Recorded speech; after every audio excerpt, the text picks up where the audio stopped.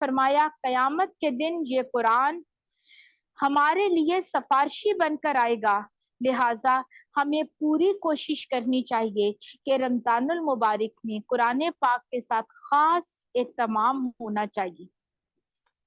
جب ہم رمضان المبارک کے شروع میں رمضان المبارک کی فضیلت اور اس کے بارے میں پڑھا تو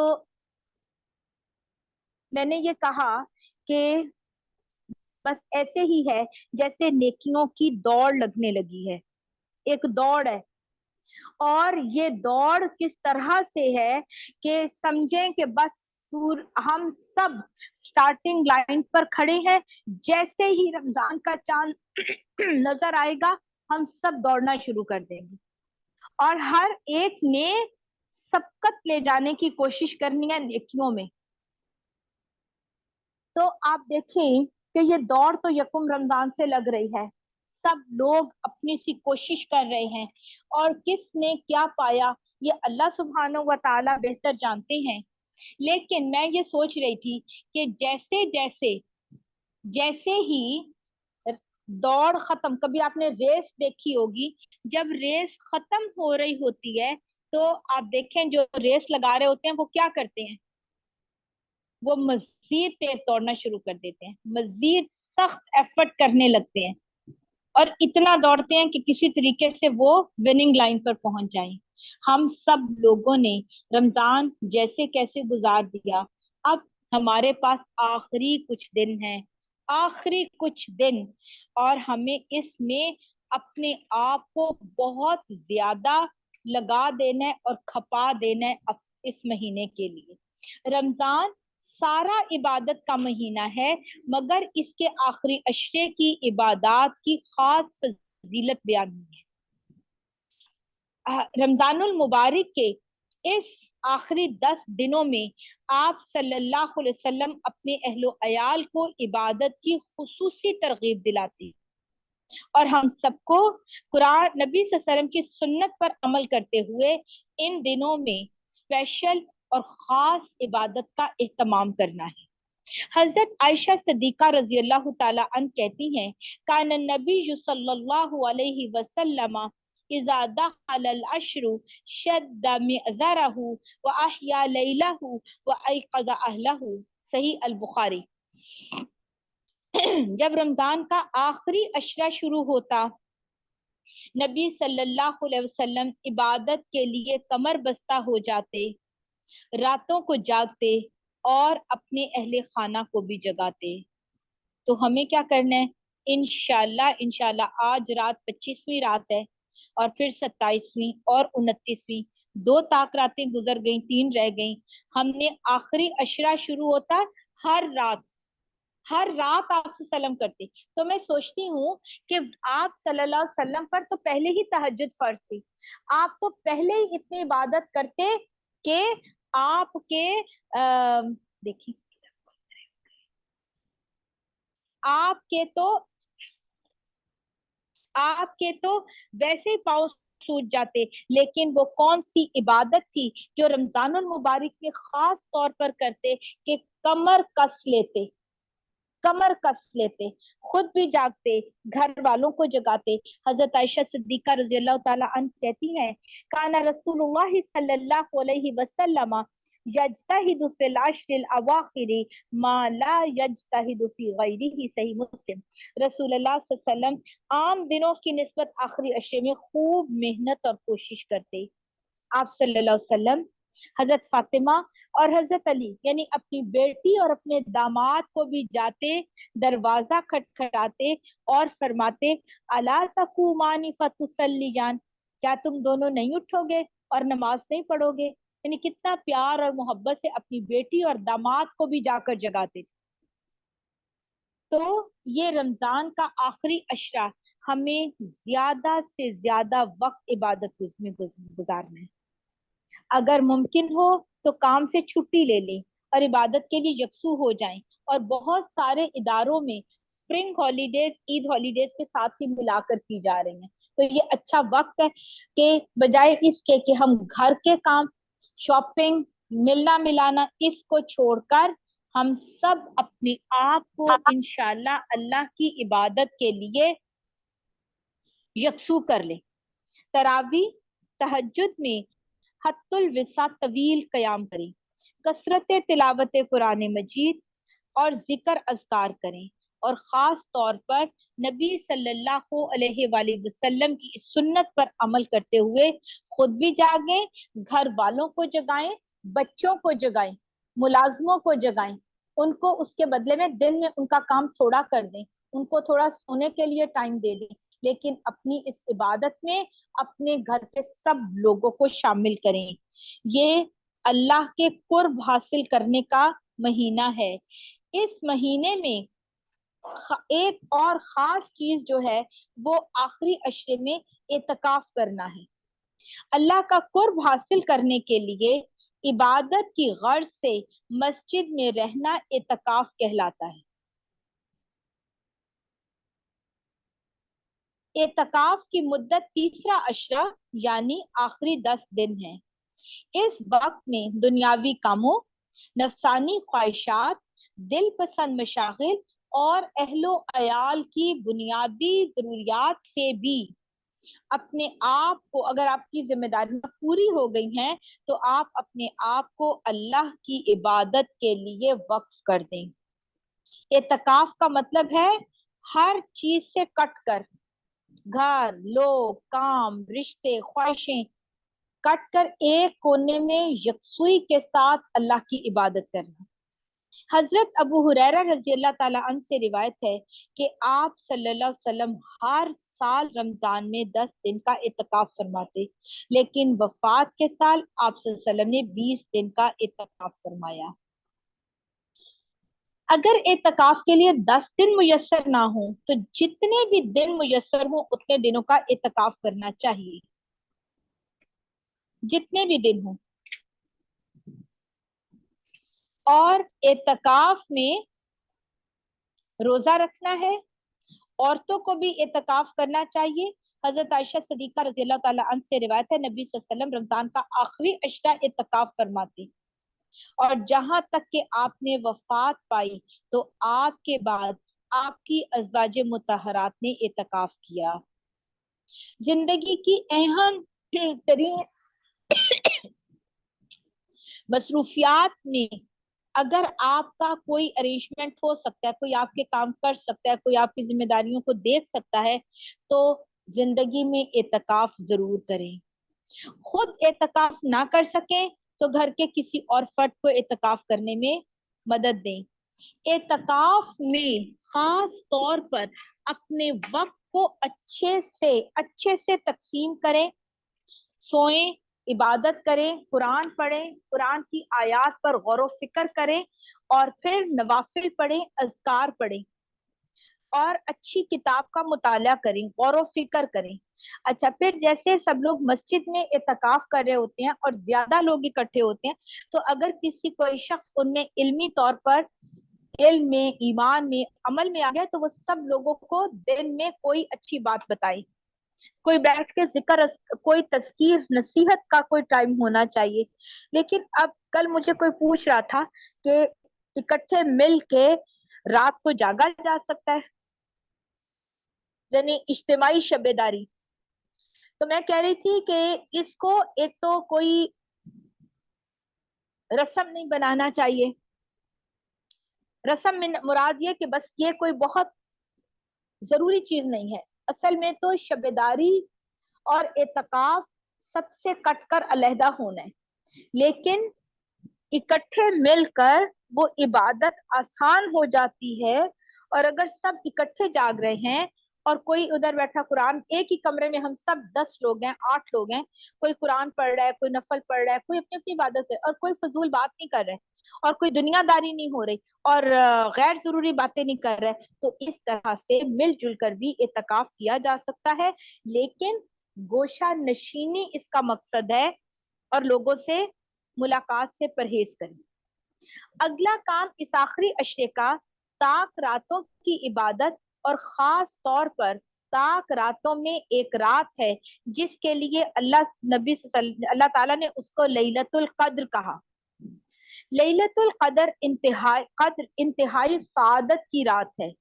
اس رات میں قرآن مجید نازل ہوا جو انسانوں کے لیے ہدایت کا ذریعہ ہے۔ اللہ تعالیٰ نے فرمایا لیلۃ القدر خیر من الف شہر، شب قدر کی رات 1000 مہینوں سے بہتر ہے۔ خیر من الف شہر تنزل الملائکۃ والروح فیہا باذن ربہم من کل امر، اس رات میں فرشتے حضرت جبرائیل علیہ السلام اور فرشتے خیر اور برکت اور رحمت کے ساتھ اترتے ہیں، اور اتنی کثیر تعداد میں اترتے ہیں کہ نبی حضرت ابو ہریرہ سے روایت ہے، رسول اللہ صلی اللہ علیہ وسلم نے فرمایا الملائکۃ تلک لیلۃ فی الارض اکثر من عدد الحصى،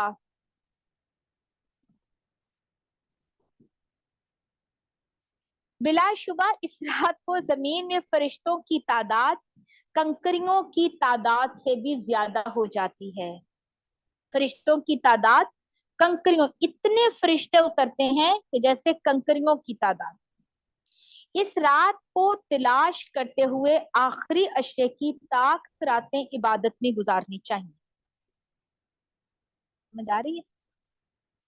ٹھیک ہے، اس رات کی فضیلت میں پوری سورت نازل ہوئی۔ یہ رات طلوع فجر تک، صبح تک سلامتی ہے۔ اس رات میں کیا گیا ایک ایک عمل 1000 مہینوں کے عمل سے بہتر ہے، اور 1000 مہینے بنتے ہیں 83 ایئر اور 4 مہینے، 83 سال اور 4 مہینے۔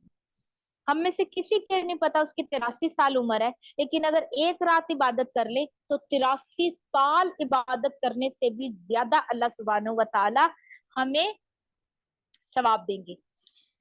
حضرت انس بن مالک رضی اللہ تعالیٰ عنہ کہتے ہیں رمضان آیا تو رسول اللہ صلی اللہ علیہ وسلم نے فرمایا یہ مہینہ جو تم پر آیا ہے اس میں ایک ایسی رات ہے